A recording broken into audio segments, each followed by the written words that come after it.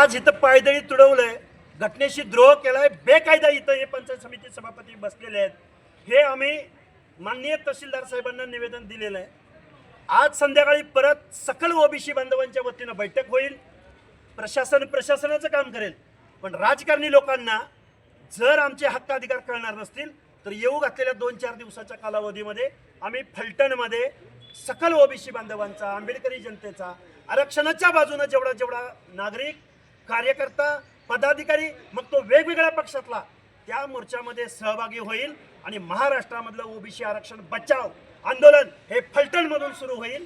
हे मी तुम्हाला जबाबदारीनं सांगतो. ओबीसी एकजुटीचा बारामती येथील विधानसभेची निवडणूक लागली आहे. आता मी इथं ओबीसी आरक्षण बचावाच्या प्रश्नावरती आलोय.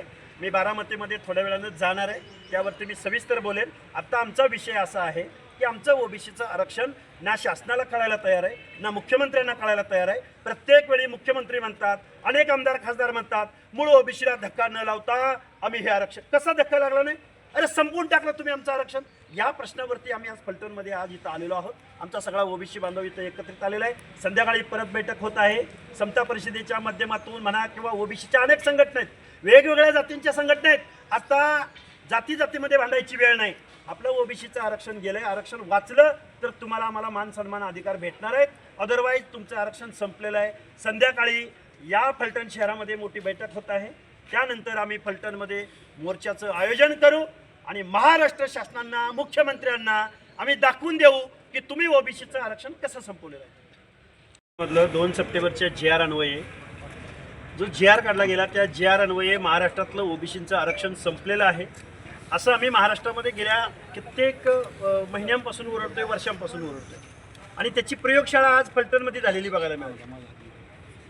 मूळ ओबीसींचे जे खऱ्या अर्थानं सामाजिकदृष्ट्या मागास आहेत, भटक्या विमुक्त जाती जमातीमध्ये जन्माला आलेले आहेत, किंवा ज्यांना मंडल आयोगाच्या माध्यमातून, बाबासाहेबांच्या संविधानाच्या माध्यमातून जे आरक्षण भेटलंय, ते 9 सदस्य या फलटण पंचायत समितीमध्ये निवडून आलेले आहेत. ते वेगवेगळ्या पक्षांचे आहेत. पण या मूळ ओबीसींना बाजूला ठेवून इथं जे कोणी राजकारण करतात, जे कोणी आमदार खासदार आमच्या बहुजनांच्या मतावर निवडून जातात, त्याच मंडळींनी परत इथल्या मूळ ओबीसीला पंचायत समिती सभापतीपद न देता बेकायदा, बोगस, डुप्लिकेट, जेवढे शब्द वापरावे तेवढे कमी आहेत, घटनात्मक मूल्यांना पायदळी तुडवून या 2 डंगरांनी, मी डायरेक्ट बोलतोय, राजे आमचे फक्त छत्रपती शिवाजी महाराज होते की जे इथल्या रयतेला आणि 18 पगड जातींना न्याय देणारे होते.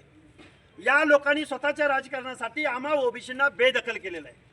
फलटण ही क्रांतिकारकांची भूमी आहे आणि या क्रांतिकारकांच्या भूमीमध्ये बहुसंख्येनं आम्ही ओबीसी बांधव असताना, दीनदलित बांधव असताना आमच्या मताचा, आमच्या लोकसंख्येचा, आमच्या घटनात्मक अधिकारांचा विचार न करता आमच्या बोडक्यावरती कुणाला तरी बसवलेलं आहे.